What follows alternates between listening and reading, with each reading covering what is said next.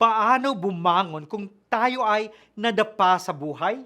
Para sa mabungang buhay, tayo na po at magkapet pandasal.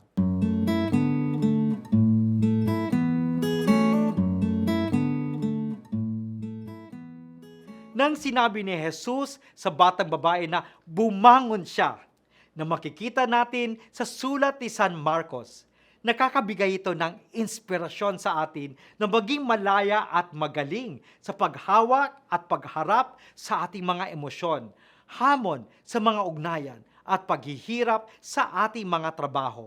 To break free from these struggles, it is important to identify what's holding us back by recognizing these challenges and finding ways to overcome them, such as getting help, setting goals, taking action, and caring for ourselves. We can move towards salvation. Makakatulong dito ang isang guidance counselor, spiritual director, or isang kaibigang marunong umunawa at magbigay payo sa atin. Manalangin po tayo. Panginoon, naway makita namin ang mga hamon sa aming buhay. Bigyan mo kami ng lakas upang harapin ito at bumangon kung kami man ay madapa tungo sa tunay na kalayaan. Amen.